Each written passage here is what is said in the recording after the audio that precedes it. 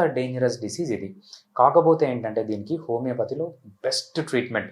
నా దగ్గర వచ్చిన ఏ పైలోనిడల్ సిస్ట్ కేసెస్ నేను ఇంతవరకు thousands of pilonidal cyst cases treat చేశాను. ఏ కేసు ఇంతవరకు సర్జరీకెళ్ళలేదు.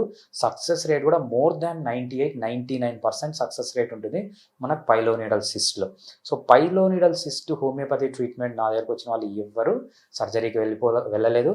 దీంట్లో డాక్టర్లున్నారు. ఎస్పెషల్లీ సర్జన్స్ కూడా నా దగ్గరకొచ్చి ఓకే. ట్రీట్మెంట్ తీసుకున్న వాళ్ళు దీనికి ఉన్నారనమాట. పెయిన్ ఉంటుందా సార్? యాహ్! సో, బేసిక్‌గా పైలోనిడల్ సిస్ట్ అంటే ఏంటంటే, సో, మనకు టెయిల్ బోన్ ఉంటుంది కదా! మనకు యానల్ రీజన్ వెనకాల టెయిల్ బోన్ అని ఉంటుంది కదా!